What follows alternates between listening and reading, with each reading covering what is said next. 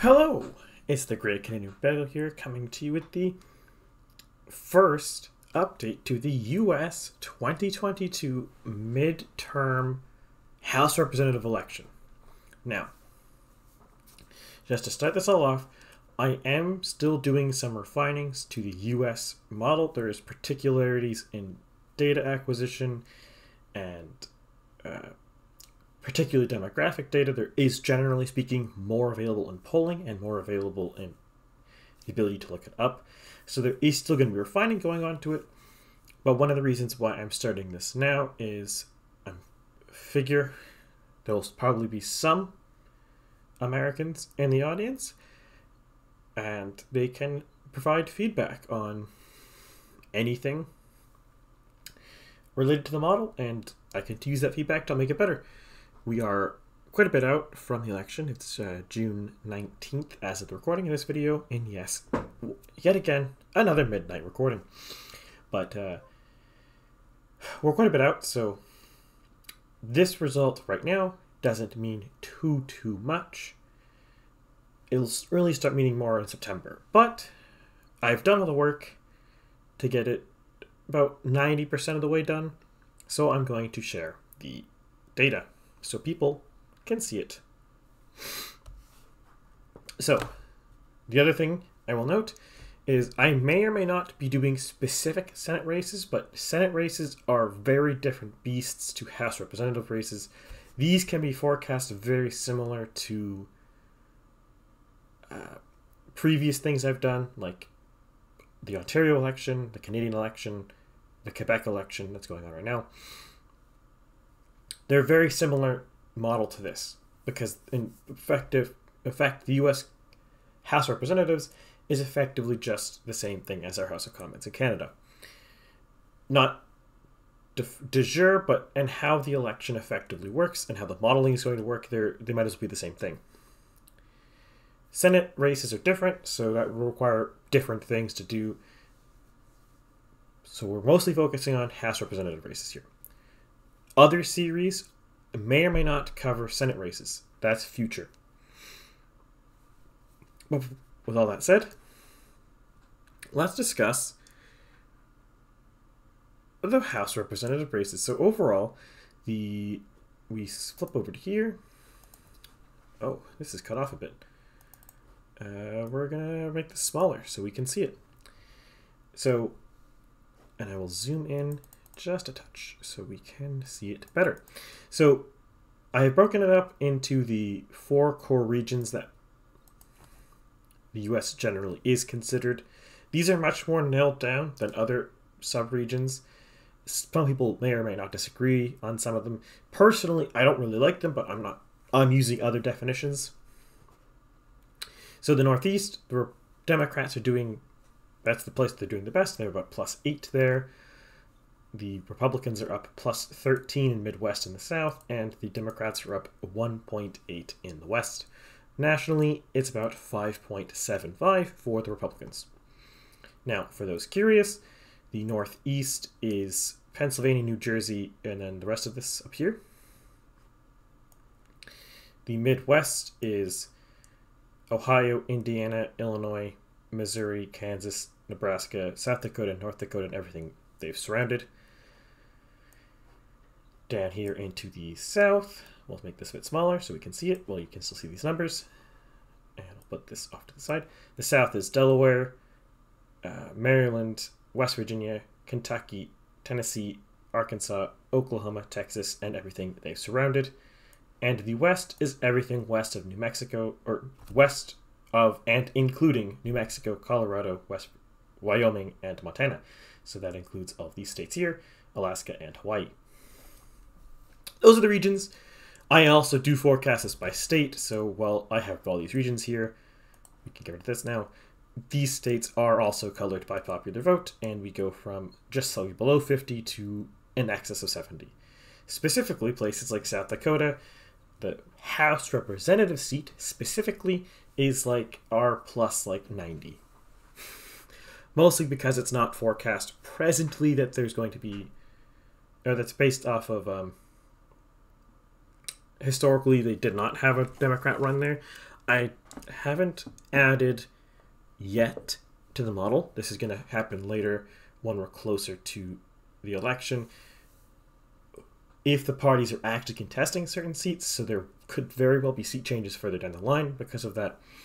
At the moment, I'm not considering which seats are actually contested, because some seats, like South Dakota in 2020, were uncontested by the Democrats, and some seats are uncontested by the Republicans. That's going to come later, because primaries, to my understanding, are still going on in some states, and things, nonsense and shenanigans can happen, so I'm going to wait till it's closer to Election Day to add that. I will also note there's some states like North Carolina, one of the specific ones, and a couple others like Pennsylvania, New York, and such, that have been redistricted and are gaining seats in apportionment. And I do have data for them, for the seats, but I'm not 100% on how it's being done, and I'm still tweaking that. So every state that has lost or gained congressional seats, except Ohio, I'm not 100% on. There's consider those states having a larger margin of error for seat wins. Popular vote, relatively fine. Seat wins, a little less certain. And this is worth noting if you are an American viewer coming into this and you've not watched my channel before.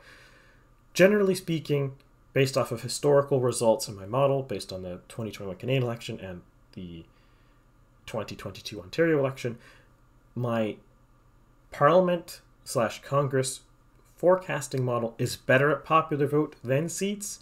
So I do have the Republicans having a 91 seat lead right now. There's much larger error bars on the seats, though, than popular vote. And if we go back to here, we can see popular vote, they're up 5.75. This lead, very confident. Seat lead, less confident. I hope that makes sense.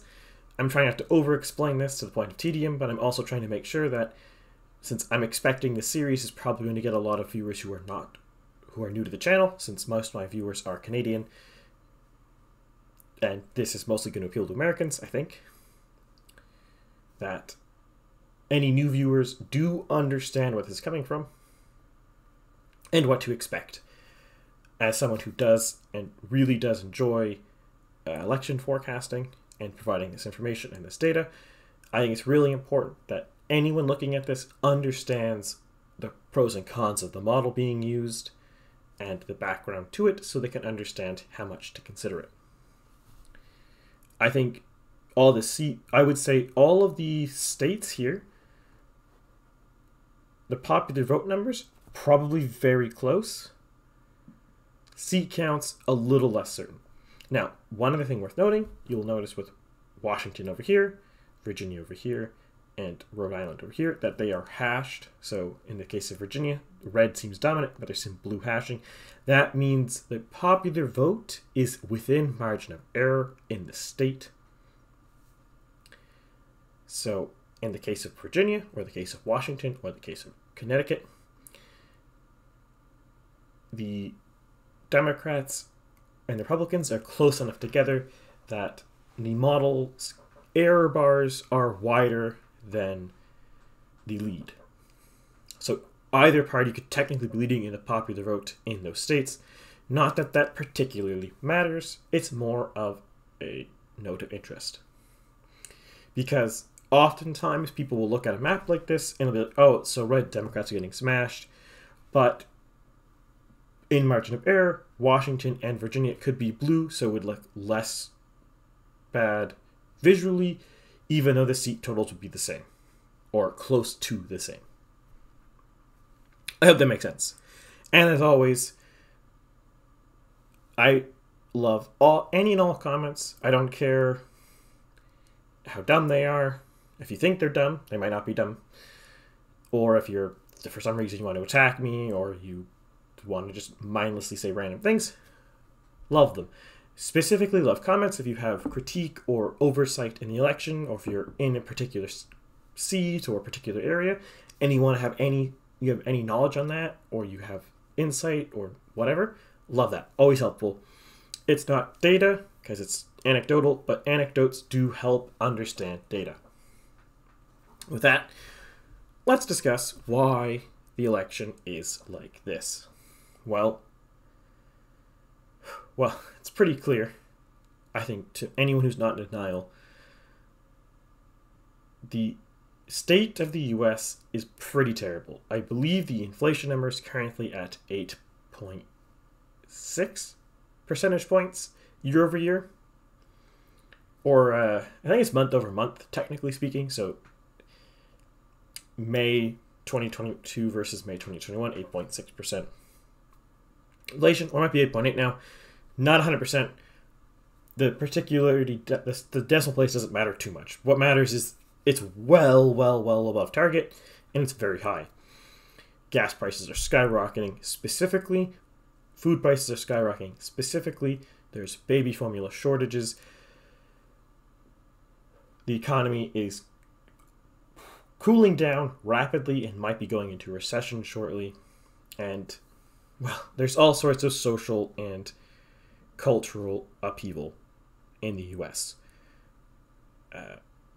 The discussion over gender identity issues and of various sorts, dominating thing. There's the recent topic of heat that is coming out is drag queen story hours in various flavors, and there is quite a big backlash among lots of people in the US over things like that. There's also the perennial concerns that are, well, not perennial concerns, the very present and growing concerns over potential World War III with Russia's invasion of the Ukraine and China's overtures on Taiwan. There's also the perennial discussion or inkling in the US of potential civil conflict of some flavor, either actual civil war or just rioting and yelling at each other. All these things are really heated in public discourse. And in fact, there was even a failed assassination attempt on a Supreme Court justice just last week. And speaking of Supreme Court, you also have very big news potentially coming out where they might, in fact, overturn Roe v. Wade, which would effectively make states able to make their own abortion laws again, whereas right now they can't, for the most part. Or they're heavily restricted. So there's a lot going on in the US. Socially, economically, culturally. And in a lot of ways, these are going the opposite way of the Democrats. That's why they're doing so poorly right now. They're in office. They have either de jure or de facto majority in every single house. They control the president, the House of Representatives, and they de facto control the Senate. Though the trick in the Senate, there is some things that do require 60% or 60 senators to have cloture. But ignoring that regard, anything that doesn't require cloture, they have a majority in every house.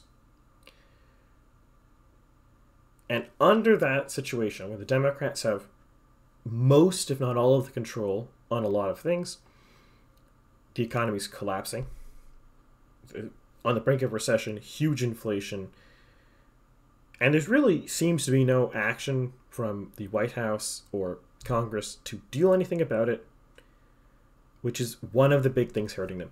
The cultural issues going on in the background may or may not be pros and cons for them. It really depends on the region. But the economic issues are really hitting everywhere, and they're hitting it hard. They're hitting it fast. And they're one of the big reasons why you might be seeing places like Maine, Connecticut, Virginia, very competitive for the Republicans. Midwest specifically as well. Places like Minnesota, where you're not normally expecting the Republicans to do quite well, going more heavily red, well, economic issues are a big factor in that. Then you look at other places like Florida or Texas, where there seems to be a large in-migration of disaffected Republicans from left-wing states like California or New York coming down into these places. You also seem to be having in the Hispanic population, with recent special elections in Texas, potentially showing where Hispanic populations are starting to shift much more Republican than they have previously, which historically is kind of news, but anyone who's really thought about it or looked into the underlying basis of things really should have expected that that was probably going to happen, because Hispanics are one of the most religiously active groups in America and are typically speaking, not always, but typically speaking, very socially conservative views, often being extremely Catholic as one particular thing. So them starting to switch to Republican shouldn't be that surprising, really. And in some places like Florida, the Hispanic population has always been quite Republican, because a lot of the Hispanic population in Florida particularly is Cuban or Venezuelan origin, both countries having suffered heavily under communist or socialist dictators who've basically destroyed both countries economically. Unsurprisingly, because that's what they do.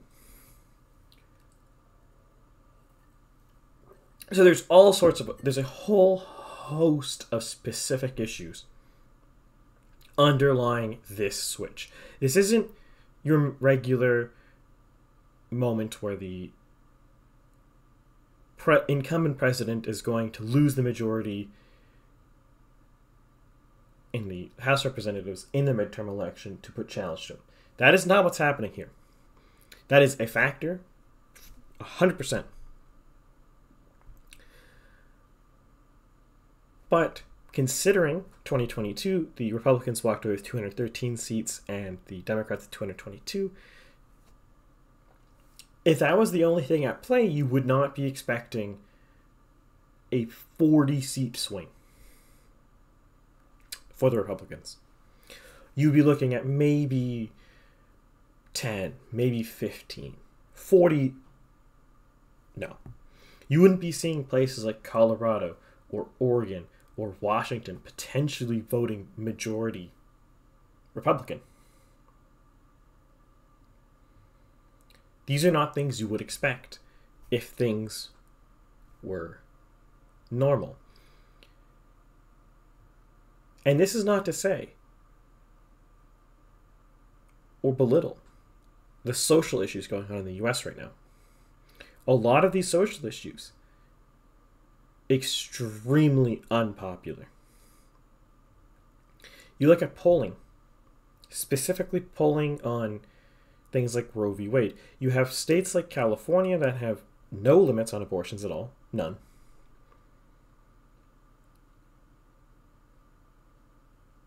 And they even have talked about allowing abortion during birth, which is very radical. And then you look at the US as a whole. You look at polling on this, coming from pollsters like YouGov, who I will note, as someone who studies polling a lot, who looks at more polls than the average person will ever look at in their entire life in great detail, with a fine-tooth comb. Pollsters like YouGov endemically underpoll Republicans every single time. But even with that, you look at polling, second trimester or later abortions, the majority of Americans think they should be illegal. Now, a majority think first trimester should be legal in the US,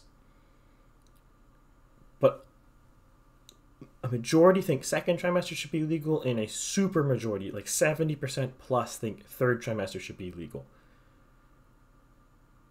So specifically on the topic of abortion, the Democrats running around and screaming about their abortion rights, and they're trying to defend abortion all the way up to birth, sometimes during birth. There was even talks, in California there was a bill that was amended thank God, when they were discussing decriminalizing abortion. Well, not abortion, that's not really infanticide 7 days after birth.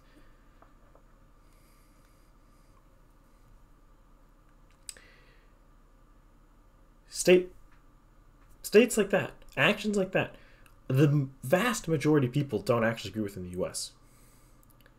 Yet somehow, when the news came out about Roe v. Wade possibly being overturned, you looked at mainstream news in the US, mainstream news in other countries, like Canada, and people were suggesting that this could be a big rallying cry for Democrats, and it could propel them to not lose ground in the midterm, or not lose as much. And this is perhaps the biggest coup in history. I cannot fathom why anyone would sit down and think, yes, the pro-lifers who have been fighting 50 years to get this overturned, having won, would not be voting with maximum intensity.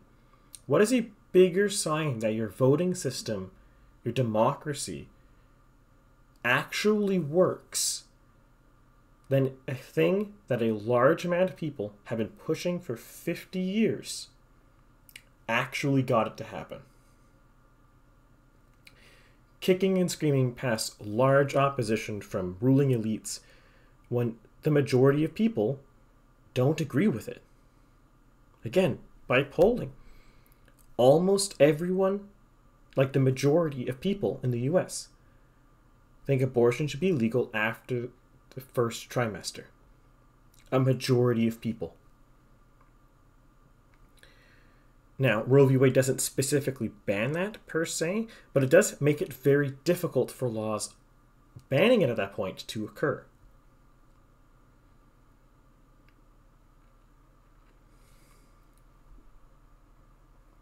And in a lot of cases, my suspicion is if you talk to people and you explain it to them in a civil, peaceful, kind conversation, I bet you could find actually a majority of people support the Texas law where they ban it after heartbeat. I bet a majority of Americans support that. They might not support it when they first hear about it, because they might not understand the law, they might not understand the reasoning behind it. Because most laws are very esoteric, they're complicated, they're not explained very well at all to anybody. But if they were explained, I would bet that that is what the case is. I cannot prove it. I do not have the resources to even try to assess this question, but if I did, I would because I'm interested. But I suspect you would find the majority do support a ban after heartbeat, or at least significant restrictions after heartbeat. And that's not the only thing. The only major social issue going on. The Democrats went super hard, specifically against Florida, specifically against the governor, Ron DeSantis, and the Republican Congress there, or state legislature there, regarding the quote-unquote Don't Say Gay bill, or, more accurately, the Parental Rights and Education bill. Very hard. By polling, the vast majority of Americans, Democrats included, support the Parental Rights and Education bill. That maybe you shouldn't talk to elementary school kids about sex. Doesn't matter what kind of sex, just don't talk to them about sex. They're too young. They're prepubescent children. They don't need to know about that. Turns out, very popular among the US, and Democrat politicians fought tooth and nail against that, arguing publicly, getting politicians to support it, all these things. Most Americans don't like it. It's this backdrop where you're really seeing this kind of swing, where the Republicans are doing this good. This isn't the norm. This is not the normal backlash that you would expect. Remember, what are the Republicans at? 52.75. And I will note, too, my model's probably underestimating because some pollsters, like Rasmussen, have the Republican lead significantly higher, but for various reasons, mostly paywalls, I can't actually use Rasmussen's data. I only have access to their headlines, and to get their actual core data is outside of the budget for the channel. Someday in the future, I might have the budget, but for now I do not, so I cannot use the data. Though I can say personally, as someone who, well, would hope to do this someday make money doing this, I cannot wait to write that off on my taxes. But for now, I cannot do that, and if I can't write it off on the taxes, it is too expensive to do it, so say la vie. But that's the situation we're in. That is the pretext. That is the underlying ground here going into this election. There's all sorts of other things going on. Other undercurrents, other trends, other tugs, other trajectories. But the underlying basis that you have to consider at all costs when discussing this election, when thinking about this election. Yes, it's months away. We're June 19th at the release of this video. And the election's not going to be till November 3rd, I think. So, July, August, September, October. We're close to 4 months away. We are technically within range that this modeling is relevant, because I don't think any modeling past 6 months out is relevant. We are within the 6-month window, so this is technically relevant.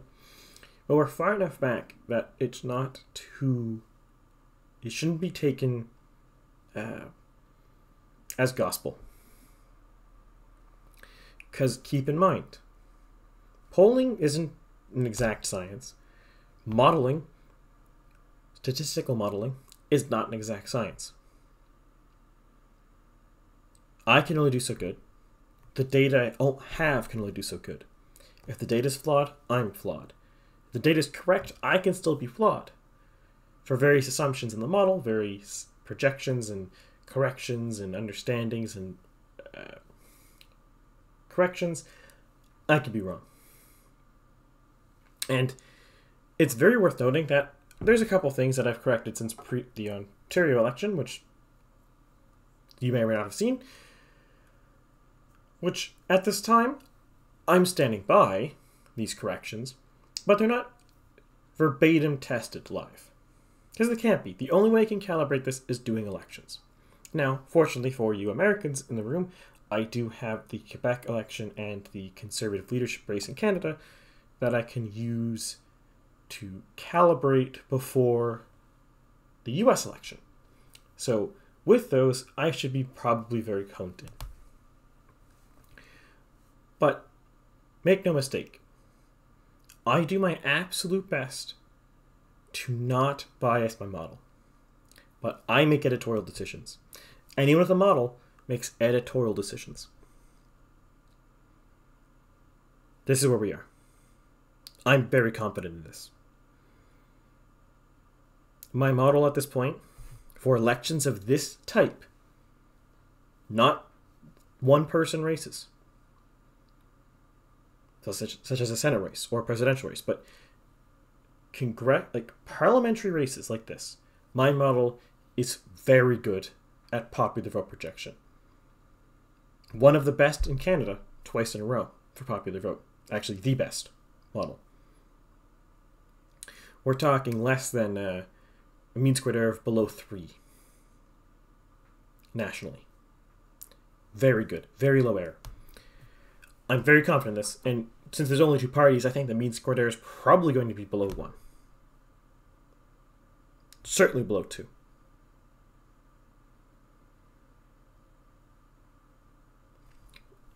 So, we'll see going forward. I don't know what the regularity of updates will be this far out of the election. certainly once a month, possibly twice a month, depending on upload schedule.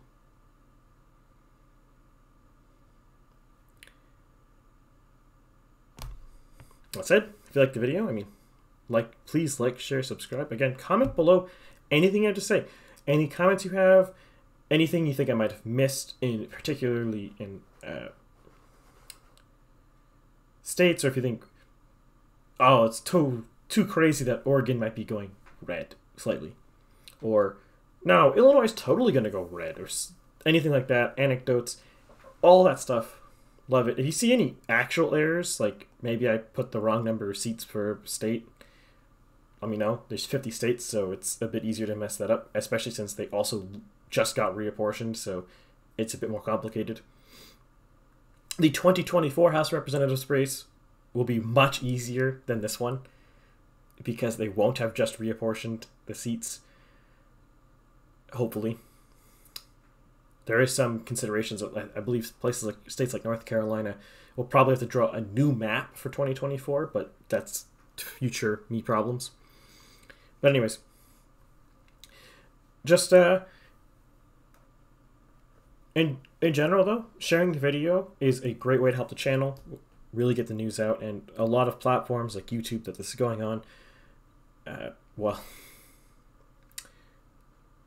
they really like it when you share the videos, so it really helps me out. That's the best thing you can do for me right now if you want to help the channel. So, that said, I hope you enjoyed the video, and I will see you next time with something different.